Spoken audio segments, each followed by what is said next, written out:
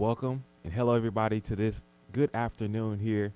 We are stationed at WAPX-FM Clarksville's 91.9, the voice of Austin Peay right above my head. And you can listen to us on YouTube. You can subscribe to APSU-TV. You should check that out. There's a lot of various content and topics. And it's also organized really a lot by the students here at Austin Peay. So you guys should check that out. That is APSU-TV. My name is Marcus Modey, and this is Just Talking Sports, Episode 5. I have my partners, Gabe Jones to my left. Gabe, we're going to have a lot to talk about with this NFL stuff. I know I got Patton Cook here. He's a little bit rattled about this Austin Peay stuff specifically. But before we go on into this with Austin Peay and the NFL, I have to do my rant. And this rant is about the Atlanta Braves, but kudos to the Nationals and the Houston Astros in the MLB postseason right now. They're in the World Series. The Nationals took a 1-0 lead just yesterday against the Astros. The Nationals are a really good team. Mad Max pitching, and that pitching is really good. Very interesting to see Game 2 right here.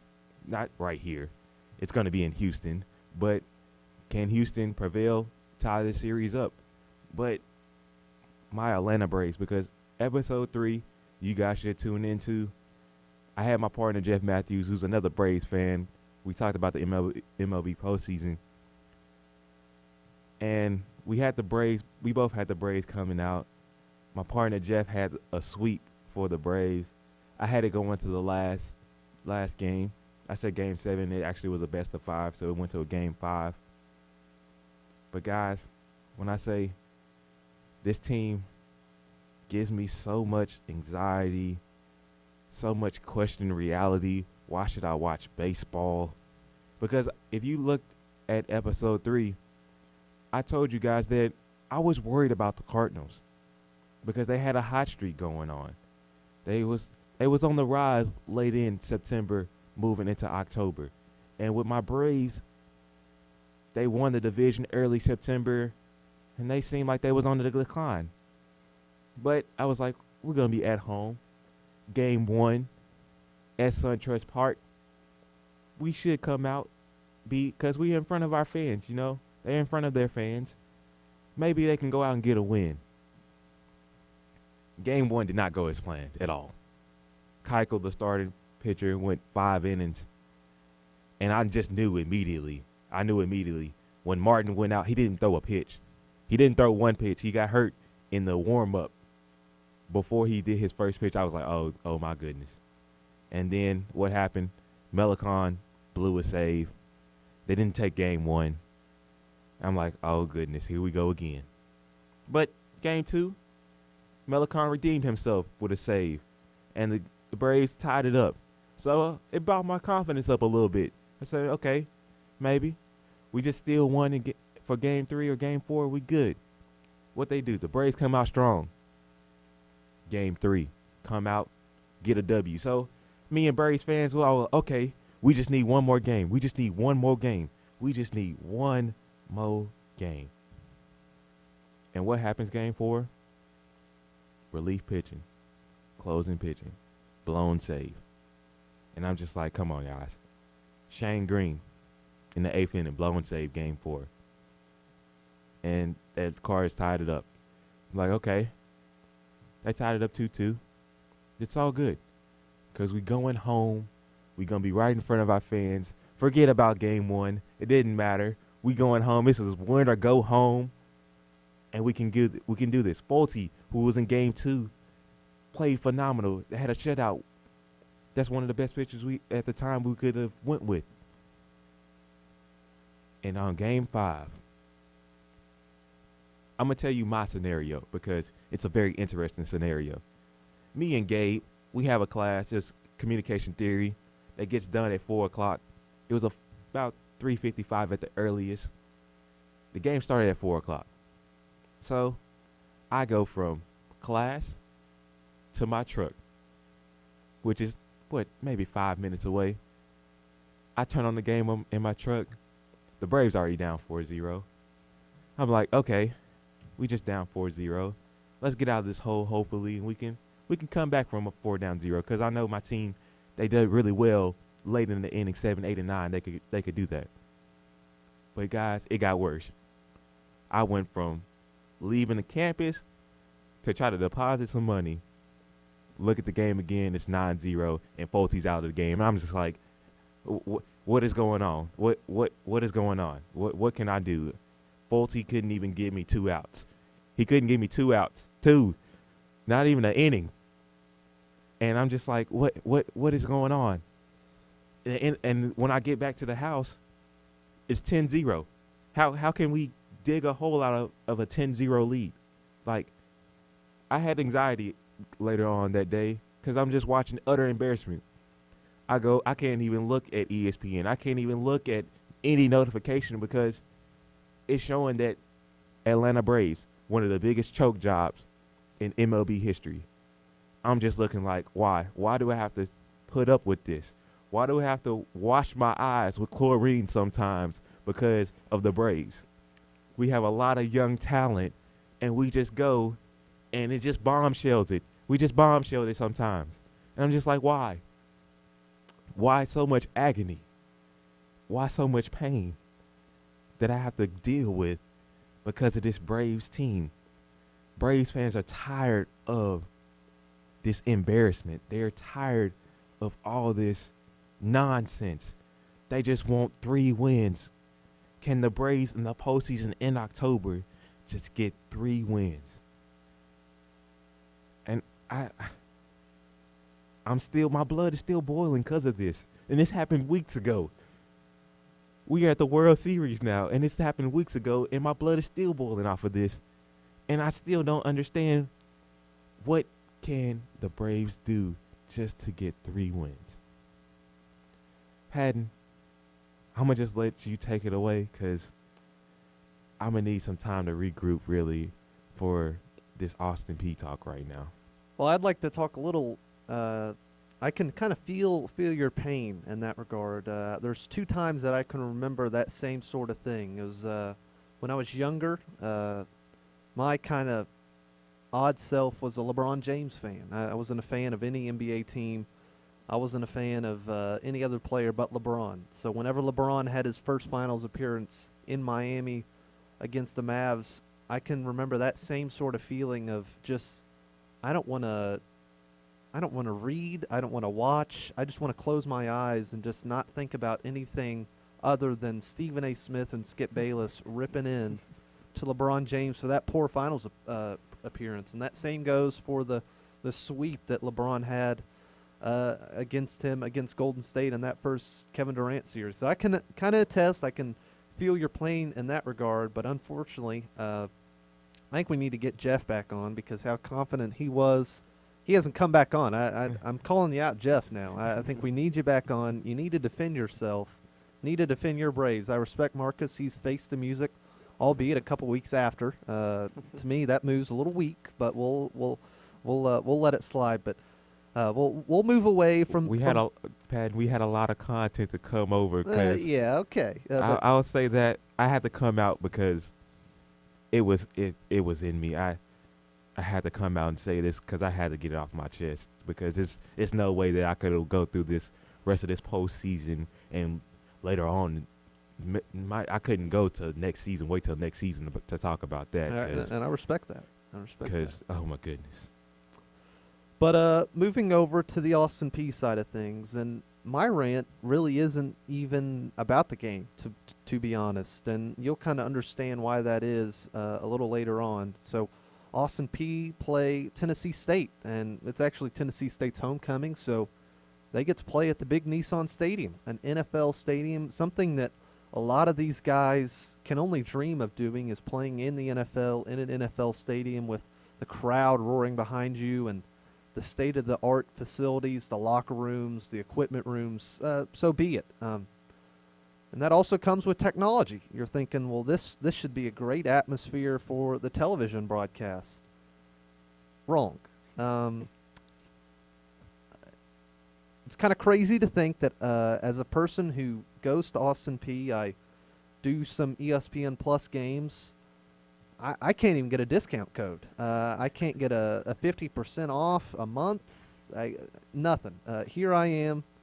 As I told Marcus, I'm drawing the clown face on me, and I'm paying $5.99 a month to not be able to watch an Austin Peay football game in what should be the most unnecessary, no problem type game ever, technology-wise, that is, at a NFL stadium in Nissan Stadium. But Tennessee State, according to a source we will not name, Joe, they forgot their router. I don't know. I don't know how that happens. I don't know how a college production team cannot do that. Here we are at Austin Peay. We're running 5 to 6 to 7 to 8 cameras, and we're doing a hell of a job. I've got to pat some of you guys. Gabe, doing a great job on the camera work. Also some spotting. Marcus, radio. I mean, we're doing it all over here, and they can't bring a router. So all the stuff I'm about to say for Austin Peay, it's not being able to watch the game, which is just embarrassing. Well, one thing I will say, we're not trying to just hammer TSU just because of that. But Joe, don't be behind the scenes saying yes, we are. It could have been done better, I will say. No, it should have been done better. Not could have. It should have. And I'll give them a second chance. I'm here for at least one more year, so come some of these other Tennessee State games, I'm going to give them a chance to redeem themselves, and I look forward to doing so. So hopefully they can get some things situated over there at TSU, Tennessee State. I was actually at the game, so it made my blood boil a little bit even more. Now I had the Braves had me going, and now that this past Saturday had me going because I was in the TSU student section rooting for Austin Peay. I had my APSU jacket on.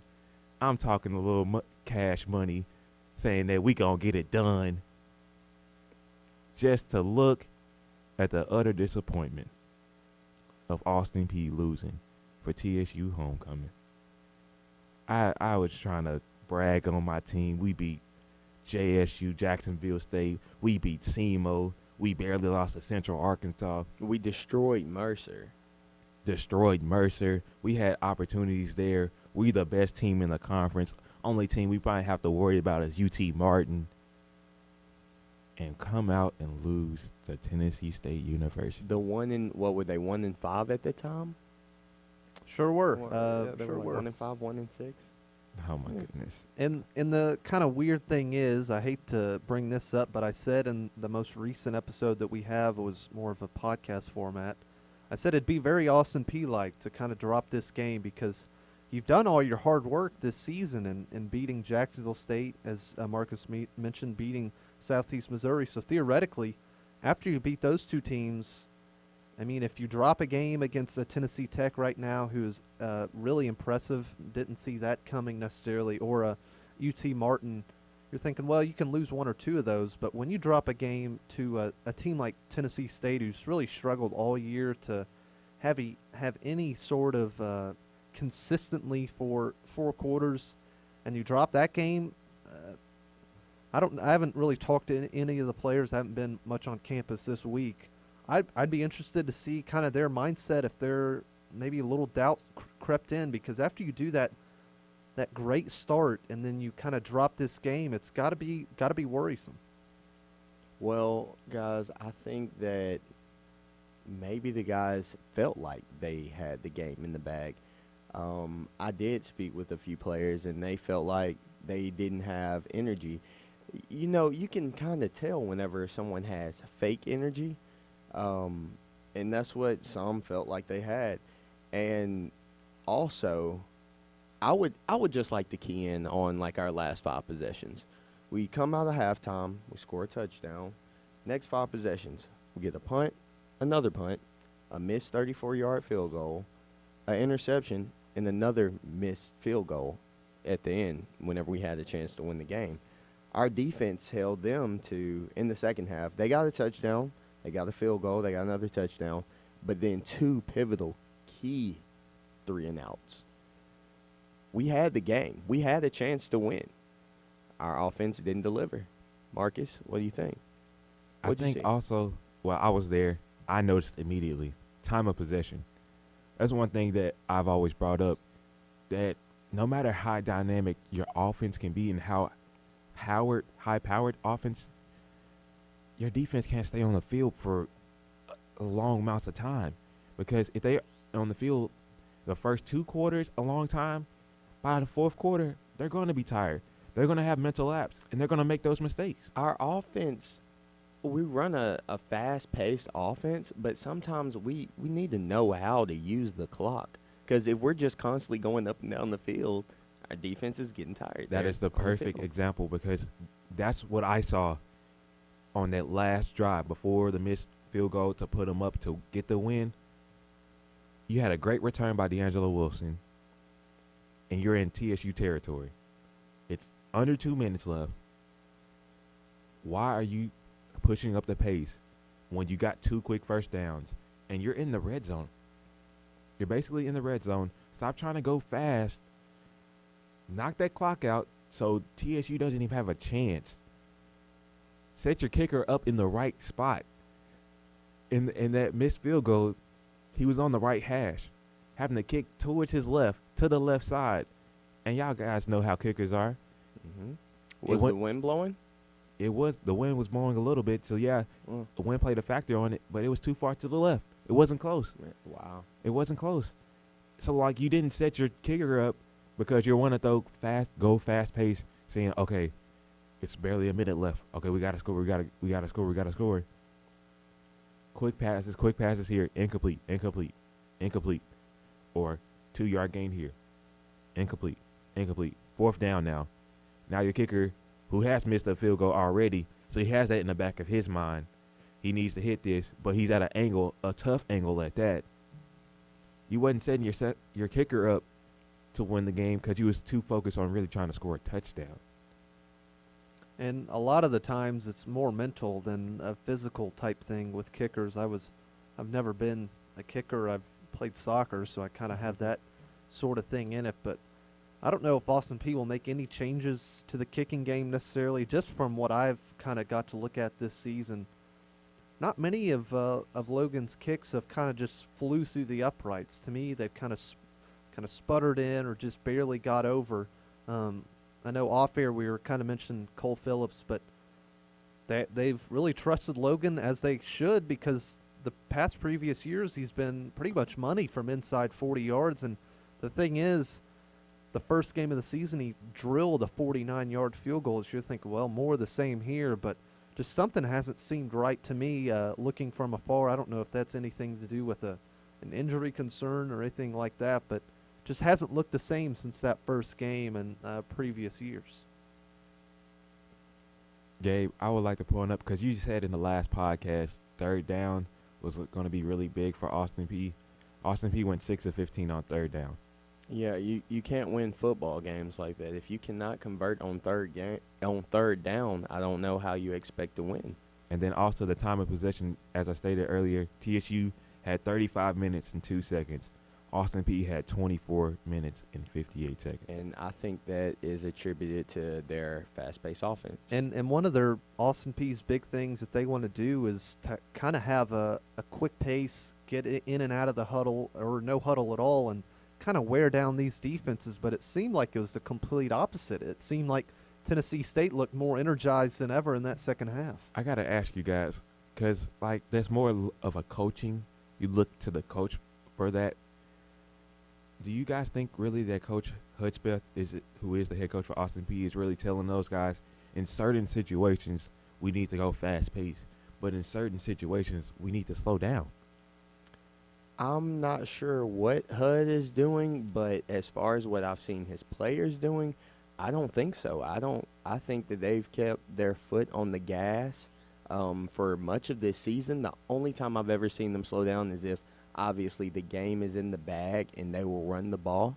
But I've even seen in blowout games us take the ball and throw it. So I don't know. Patton, Yeah, what do you- and the thing is, a lot of kind of his plans coming into the season had been thrown out the window once Jeremiah Oatsfall got hurt, because even though Craig has done such an exceptional job this season, Jeremiah can do some things that Craig can. And it goes both ways. Craig can do very much a lot more on his feet than what Oatsvall can do, but Oatsvall can really command that offense to me a little bit better, although I've really pumped Craig's praises as I should. But obviously some plans are going to change. But all in all, I think Coach Hudd has done a good job giving Craig a chance to win. But that's a player I'd like to talk about a little bit here in just a second, is just how sometimes he loses kind of sense of where the game is. He kind of tries to fit passes into spaces where he doesn't need to because the game's not out of reach yet. There's a lot of time left, and he kind of has this sense that if I don't score now, my defense is going to let up a score, which is something that their defense was getting more and more of, and that stops. They were getting stops against Tennessee State, and their offense just couldn't convert. So I don't know if something has just switched with Craig in that late-game situation where he feels like he has to do more than what he has to. Because I know you guys wasn't watching it, but I saw that last interception. The last interception, Craig threw it to Benico Harley, who was on a go route, double covered, had a safety over the top, and the corner right behind him. Tried to thread the needle but it was nothing that Harley could do. Like, literally, he was sandwiched. And I was just like, why that throw? At a time you really didn't need that turnover because you were still down, but your defense bailed you out on the next drive because it was a quick 3-and-out. But it was just a lot of questionable decisions. And that defense has done it all season, is bailing out this offense. And unfortunately, they kind of got a little tired themselves because the offense just wasn't getting those first downs, as you were mentioning, Gabe. And what's tough is whenever they're stacking the box and stopping our run game, then we have to depend on our passing game. And I think that we would be fine with Javon getting about, 28 passes a game, 32 passes a game, in between there. But I think, yeah, we have to run the ball better. But that's the thing, though. Like, as we stated in earlier podcasts, that Javon has been getting about 30 to 35 passes, and now he has to be efficient. If he has, just being 50% isn't really good enough to have the Governors excel. And it seemed like at home, those percentages have been a little higher, but on the road, it's looking a little different. So it's going to be really a question: is this really a homer team where they can get it done at home, or just on the road? Because this past week against Tennessee State was an eye opener. This upcoming week against Tennessee Tech is an eye opener as well, because you had 3 weeks. These two games, these last week, this week, and next week, is on the road. And I don't know how loud Tennessee State was, but it's going to be really loud against Tech, because this is a team in Tennessee Tech that hasn't been very good for a lot of the years, and they've got a team right now who's right in the thick of it in the OVC, and if they beat Austin Peay, they're right up there with UT Martin. Because they gave problems with JSU and SEMO. Because SEMO, they had a double overtime win against, or a double overtime loss against SEMO, and then Jacksonville State pulled it out late. So that's going to be really interesting to see. And people are not even talking about UT Martin, who's still undefeated right now. Right. So that's a team that you have to worry about also. It's just great scheduling, because UT Martin at home, JSU at home, SEMO at home. Like, that was great. You can't ask for anything more than that. And if they do go on to beat UT Martin and this game comes back to bite them, you're just going to think, man, oh man, we did all the hard work and we didn't finish our dinner. And last week was a bye week, correct? So, yeah, you cannot have a performance like that against a team like this, especially after coming off a bye week. That's such a great point. You have a bye week and then come out on the road and lose to Tennessee State. And you'd have to wonder what those practices were like, because just when we were talking with the Central Arkansas head coach right after they had beat an FBS opponent in Western Kentucky, he was, I've got to get these guys back to where they were. And I think that's a big thing, because that was the week they got ranked.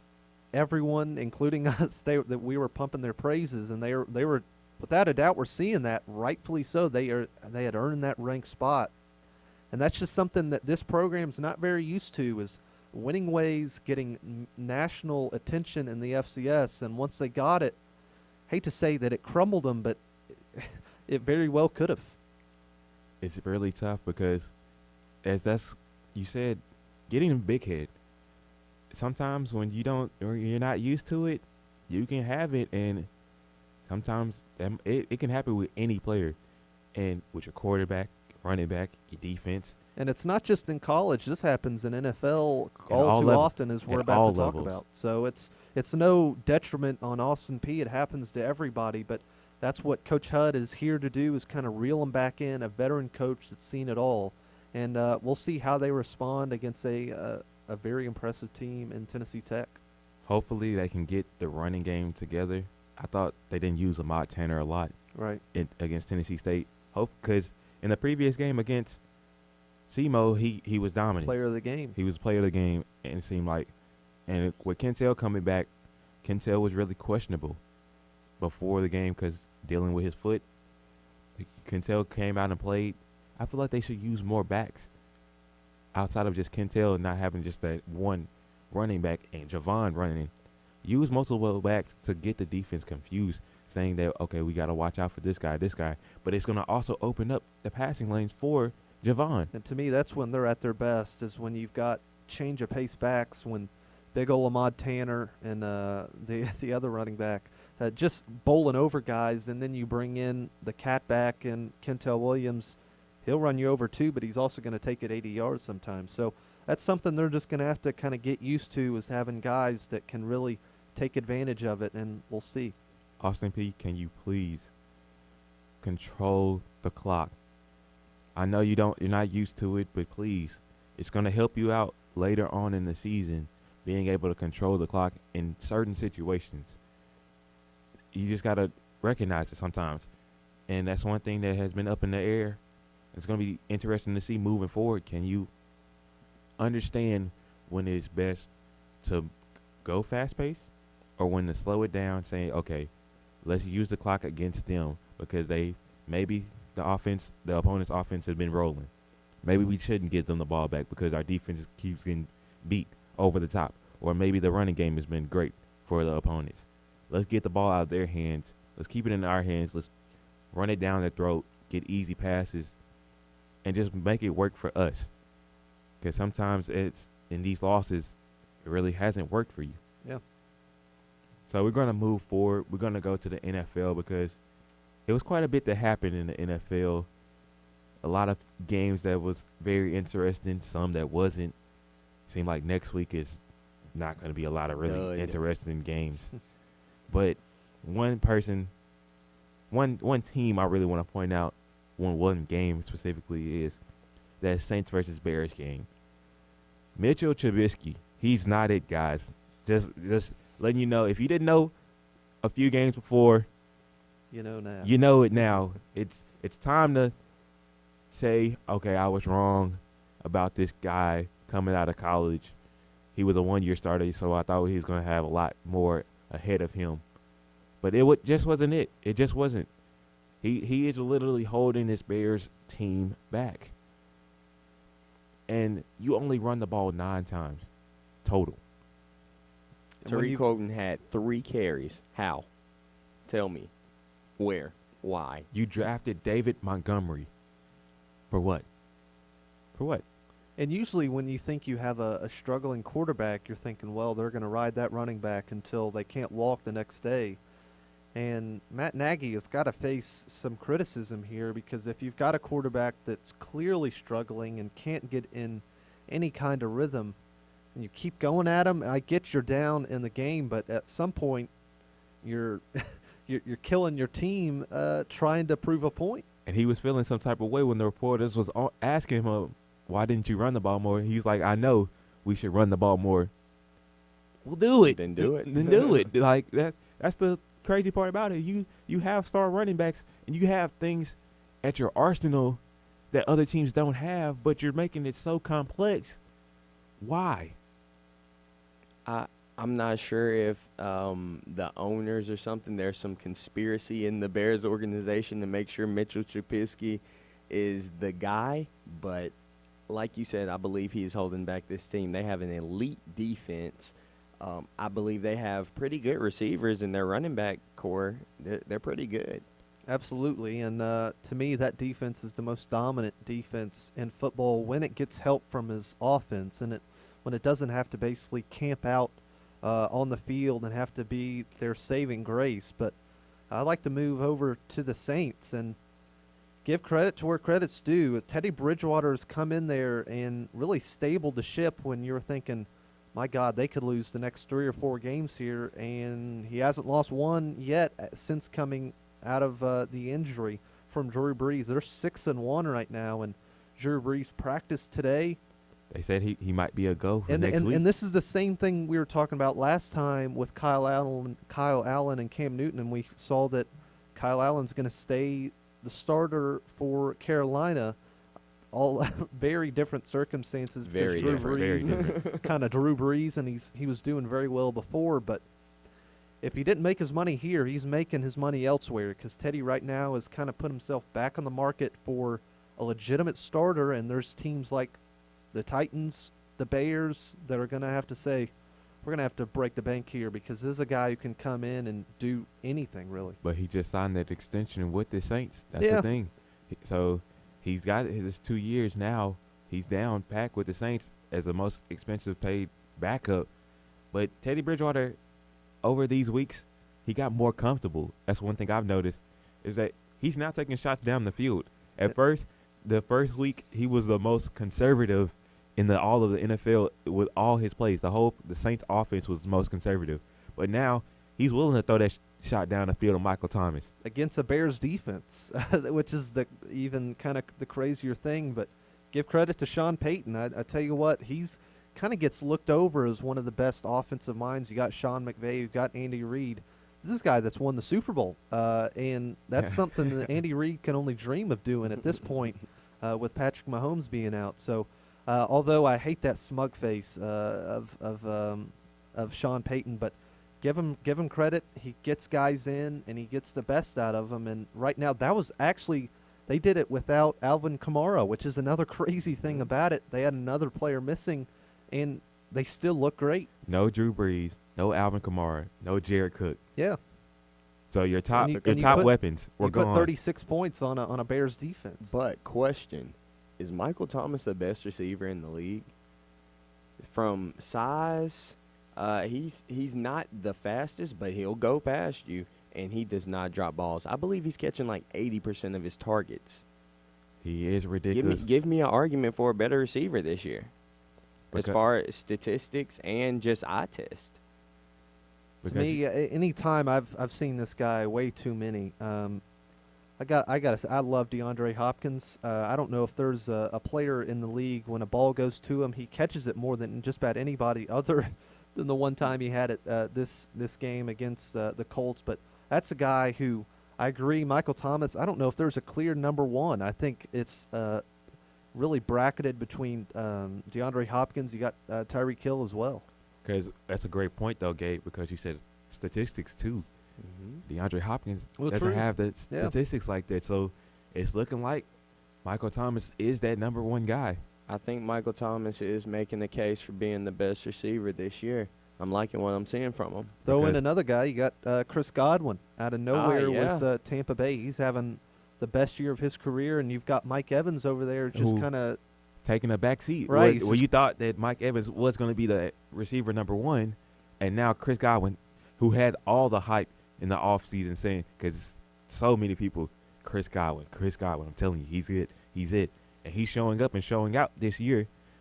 And who would have thought that Antonio Brown would have did all of that, because Antonio Brown was one of the top receivers.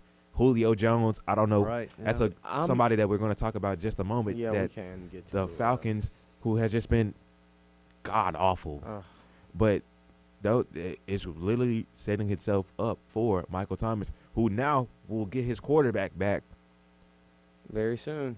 and maybe next week against Arizona or after the bye. It's just going to be very interesting to see. I think Michael Thomas is receiver number one right now Yeah, I think with the so. backup quarterback, and he's still putting up numbers. And there's not a case against it, which is a thing. You can't discount it. So it's kind of crazy to think he's gotten better since Teddy's come in. Mm-hmm. Now, you know what? Let's go ahead and talk about it. These Falcons, because they're 1-6 right now. Julio Jones, he's upset. Seems like Matt Ryan, all his numbers are just garbage time. don't know what the offensive line is doing. Don't know what the run game is doing. Their defense, Keanu O'Neal went down. It seemed like after he went down, they just start shooting themselves because they don't know what the defense is doing. What is going on? I think Atlanta might be cursed. They might be a cursed football team. From ever since 3-28 against the Patriots, it has not looked too good for Atlanta. Matt Ryan, why can't we get Julio Jones, who we just said Michael Thomas is the best receiver in the league right now? Julio Jones has an argument for being one of the best receivers in the league. Why can't we get him the ball in the end zone? How much is Matt Ryan getting paid? I believe over $100 million. Why can't he find a receiver in the end zone? I got to say, Julio Jones, there was a report came out. I'm looking at Bleacher Report right now. And he's defending his head coach, and he's about the only one in planet Earth that's defending him. To read a quote from Julio, this is according to Bleacher Report. "This man has done everything for us. It's on us. It's not on Q," Jones says. "Everything matters. Every play matters. This is bigger than just one person. Q can't do more for us." And I don't know if I necessarily agree or disagree with him, but when you've got a player that without a doubt is the best talented player on that team, and he's kind of taken ownership and he's pointing the finger at other players on this team, but you got to look and see where the real blame should lie. So now I got to ask you guys, who are you looking at then? Who's the problem? Who's the problem? Well, I think just injuries, unfortunately, have killed this team. If you look at that defense, it constantly, year after year, gets just blown up with injuries. And a lot of that's luck. A lot of that has to be with kind of how you got to look how they're training in the summer. They're constantly getting hurt on the defensive side of the ball. But another player, to me, that's got to face some blame here is Matt Ryan, because this is a guy who has got the best, to me, Julio Jones is the best receiver in football if you're just looking at him. And he's got a weapon in Hooper. He's got a running back also in Freeman. I don't know if there's a better weapon-wise offense, and also Calvin Ridley, and they're not getting it done. I have nothing else to say about the Falcons. A disappointing season for them, definitely. If you're not going to point at the coach, I gotta say it has to be the offensive line then. If you're gonna, it's got to be the offensive line, Matt Ryan. Those are the two. I wouldn't even blame the offensive line. Matt Ryan has always had problems getting. Well, I'm saying specifically, my specific problem. There is no reason Julio should have one touchdown in one touchdown in the red zone for a whole season. There's no reason. You need to find your best players the ball. But also, you got to give Matt Ryan time. Against the Rams, it would seem like he had no time in the pocket. I'm pretty sure, if I could look it up, that Matt Ryan has one of the least time Matt Ryan, in the pocket. He got hurt in that Rams game, so next week they're going to probably be without him. If you throw out a Matt Ryan with a bum ankle, I mean, you're just setting him up to get absolutely killed. Because he's not going to run out the pocket. Right. No. So he physically can't, and he wouldn't healthy, so he won't be able to maneuver around in the pocket. So, but I think there just needs to be something said that if a player like Julio is defending the coach, then I'd be careful firing Dan Quinn, because if he's got the approval of a player like Julio, that locker room could go up in flames, and once you get a star player having the locker room go up in flames, that's when you become the Cleveland Browns. But you just traded Sanu to the Patriots, so you losing weapons. Thanks. And I know the Patriots, and Gabe is really happy off of that, because at 3:55 earlier this afternoon, the reports, Adam Schefter said that Josh Gordon is going to be out for the rest of the season. Yep. So he's having surgery. So you just helped out the Patriots even more, and you're just what are you doing? Well, what's I mean, the mindset? at this point, you have to get rid of some guys, just because there's no point in keeping a guy of Sanu who's going to be wanting a new contract in the next few years, and you're 1-6. You're going to have to start building for the future. That's why I think if you're the Falcons, you're looking at Trevor Lawrence or Tua here in the upcoming draft. Of course, Trevor Lawrence. I think somebody who would be 2 great, years. Joe Burrow. Sure. Joe Burrow, I think he could do a lot for the Atlanta. If they, but one thing that Joe Burrow could do a lot, but they still have to get a decent offensive line to protect for him. If you don't have an offensive line to protect for him, it's no point. That's with the Titans. Matter of fact, that's a great segue because we're gonna talk about these Titans because those Titans, Patton. I was with Patton this Sunday in Nissan Stadium, sitting right next to my good old friend. Yep.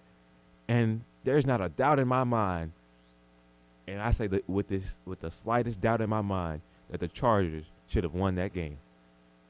Melvin Gordon fumbled at the 1 yard line. They had the ball. It seemed like for forever at the red zone, less than 5 yards. Well, that last 30 seconds, I think, took 17 or 18 real-time minutes, and it felt like an eternity. Of course, here I am fretting over we need a win. Marcus is just smiling ear to ear. He's loving this. It's his first NFL game, and I'm over here biting my fingers down to the nub.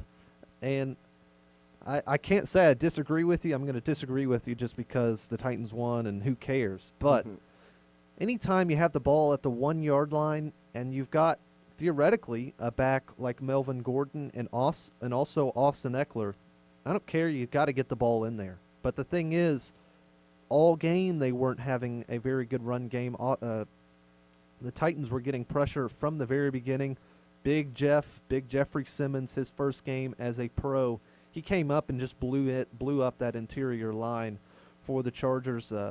Feeney, the center for the Chargers, just didn't have a chance all game. But the thing is, saying all of that, you got to say they should have thrown it at least one more time because they threw it once, and it was a pass interference on Malcolm Butler. So that right there should have been an alarm bell thinking, these guys can't cover us at the goal line with a receiver like Mike Williams or a receiver in Keenan Allen. You're thinking, I like my chances, but the old Ken Wisenhunt, I know a lot about old Ken, and he absolutely screwed the Chargers on the goal line, running it 4 times, not getting anything going, and ultimately losing the game. Gabe, I'm going to let you get your points in because it was really funny to me. It was my first NFL game. I had a blast. But go ahead. Just go ahead, Gabe. Go ahead. I wish I was there next to you guys. I actually had a free ticket. I was riding back from Knoxville during the game. But I did stop at a Wendy's. I believe I was in Cookeville. Shout out to the nice lady that let me know the time because my watch was still on Eastern. But, yeah, shout out to the Titans for finally picking up a win. Their defense got a big stop. Yep. Tannehill looks a lot better than Mariota. Matter of fact, yeah, Patton, how are you feeling about that? 'Cause I gotta say, I was pleasantly surprised by Ryan Tannehill. From the 8 years I saw in Miami, I was thinking this guy is no better than Mariota. In fact, he's worse. But although I will say this, Mariota had a great game against Atlanta, and that pumped me up. And I thought, oh, Super Bowl, no. But the thing I want to see from Tannehill is I want consistent games. I want 2 to 3 to 4, and if that happens, I was saying before the game, I don't want him anywhere near this team next year. If we're going to get rid of Mariota, I want someone like Joe Burrow. I want Tua. I want Trevor Lawrence. I want Jacob Eason. I don't want Fromm anymore. I don't know if we'll get to that. Would you want Hubert from Oregon? To me, just the Oregon vibe is starting to scare me a little bit. So if we could veer away from it, I wouldn't be against it. But you got to say Tannehill coming into his first game threw for 300 yards and also had either 2 or 3 touchdowns. A great first game for him. He gave his wide receivers a chance, which was the big kind of knock against Mariota was instead of trying to throw that tight window, he was just taking the sack. And to me, a lot of that is worrying on getting that first and second contract. With Tannehill, for me, when I was watching it, it seemed like he was just throwing those balls because when in Miami, he was getting lit up. So, it didn't matter for him because it seemed like every time he was throwing the ball, a defender was just whiffing right behind him or he was getting hit. But it didn't matter because Tannehill's mindset is like, okay, I know the pressure's coming. I still going to throw the ball anyways just because I know the pressure's coming. Doesn't matter. With Mariota, he wasn't used to that. Oregon gave him a lot of time in the pocket. Oregon gave him time to throw the ball. So when he starts seeing ghosts and feeling like pressure is coming, So it's a tight window. Oh, I can't do this because the pressure's coming to me. Tannehill's like, it don't matter. I'm going to throw it. Now, give credit to the Titans receivers. A.J. Brown, Great Corey catches. Davis, they made some phenomenal catches where I was telling Patton, that's not because of Tannehill. That's because of Corey Davis. That's because of A.J. Brown going there and getting that, because those windows was terrible.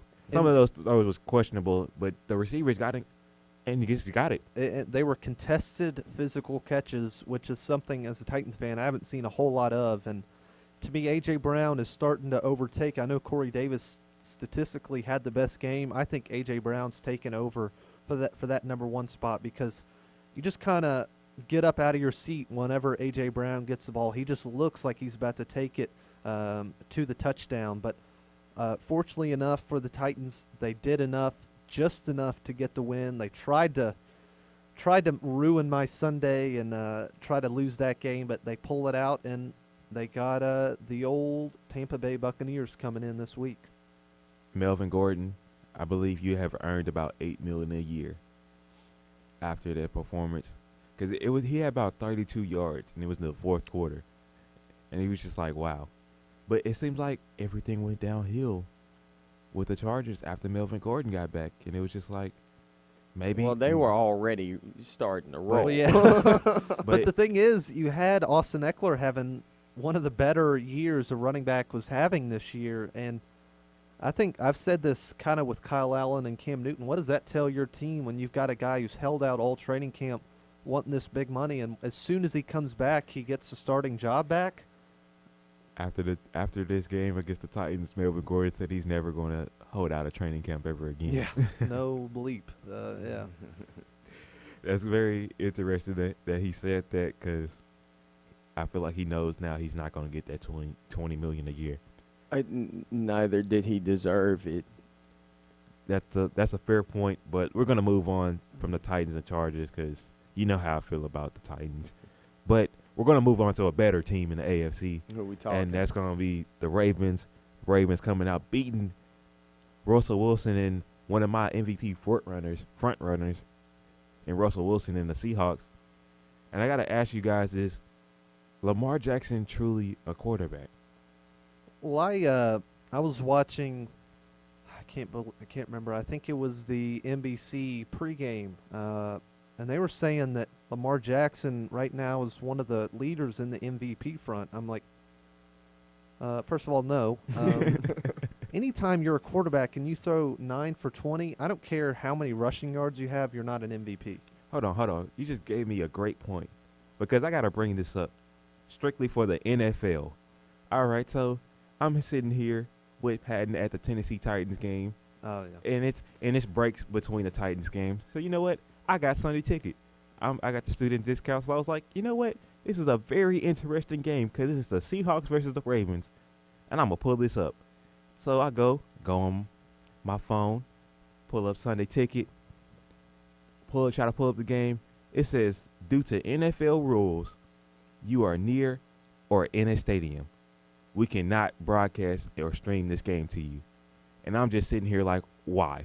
Please, can somebody please explain to me why? And that's whenever you do not stream it illegally. Yes, I have Wink, Sunday ticket. wink. I have Sunday ticket. I'm paid hard Paying on money. I paid hard earned cash to it, and it's more than $5.99 a month. Man. They're making ESPN Plus look cheap here. Man. And I can't even stream the game while it's I'm tuning in to the game live when it's on, when it's happening for the Titans. But when it's a commercial break, I can't even watch another game. Somebody explain it to me. And I tried to think of somewhat of an explanation kind of in the stadium, like, all right, why would they want – I couldn't even think of a dumb one. Doesn't make any sense. So it's a weird one.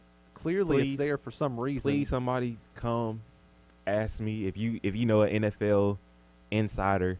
Just give me some feedback on that, please, because I have no clue. Go ahead, Gabe. Back to Lamar. I think Lamar is fine.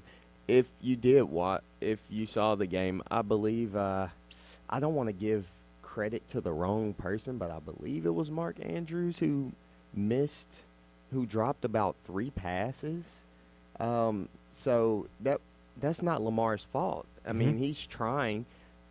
He definitely could get a lot better with his accuracy, but if you can't stop him on the ground either. And once again, I'm all right with what the Ravens are doing, but just don't come to me saying he's an MVP candidate. I just don't see how, when you've got other quarterbacks and other running backs doing just as much. Like who? Russell Wilson had You got Russell. You got Russell. Who else? I have Christian McCaffrey. I think he still. I think right now what Jacoby Brissett is doing statistically is better than what Lamar Jackson is doing to me. Okay, that's fair. That's fair. That is a fair point. And I think Brissett has faced tougher competition so far. And once again, this is not me tearing down Lamar Jackson. They're 5-2 right now. He can do this for eternity, but I just don't think you can have a reasonable case that's saying he is one of the leaders in the MVP front. Just in my personal opinion. Lamar Jackson is leading. He's like has more passing yards and rushing yards, both in separate categories than like 20 teams in the NFL. But one award I could give him is most improved, because he has improved on the throwing front. That's something I can definitely attest to, is on the throwing front. It's also he's gotten better. It's also tough for Lamar because he doesn't have Marquise Brown, right, who's his deep ball threat, and now he's just throwing a lot of short intermediate routes, looking for Andrews as his number one target, who's a tight end. So it's not much that they can do, but he's having he's making the right decisions. He's not turning the ball over, which is exactly what the Ravens want from him.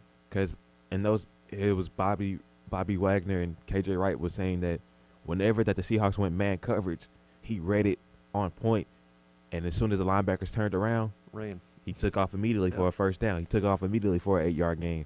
And it was just like, how can we stop this man? Because we drop back in zone, he could pick us apart. If we go to man, don't do a QB spy on him, or he has time, he's hitting the Jets. So it's very tough. But Patton, I think he's in the talk for MVP. I just with his throwing numbers, I just don't know how he can be up there with quarterbacks who are, I don't know. Maybe I'm bad here, but that's just my thoughts. Let's say the Ravens go 12-4. Lamar ends with about 4,000 yards. He has like over 1,000 rushing, 1,500 yards rushing. Why wouldn't that be MVP numbers? Well, if he has 4,000 yards passing, then sure. I just don't know if he's going to get to that number.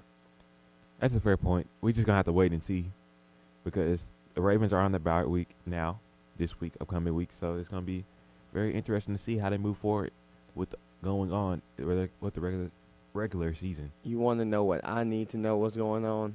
What is going on in Jerry World? What are we gonna do with these Cowboys? The Cowboys lost to the Jets, and then come back and smack the Eagles right in the mouth. And I forgot all about the that. Eagles. I forgot all to bring that up.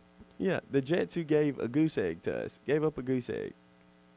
What are we going to do about these Cowboys? I refuse to do any pick'ems or betting on the Cowboys anymore, because they like to just play with my head and just do little tricks to it, and that's yet again another trick they played this week.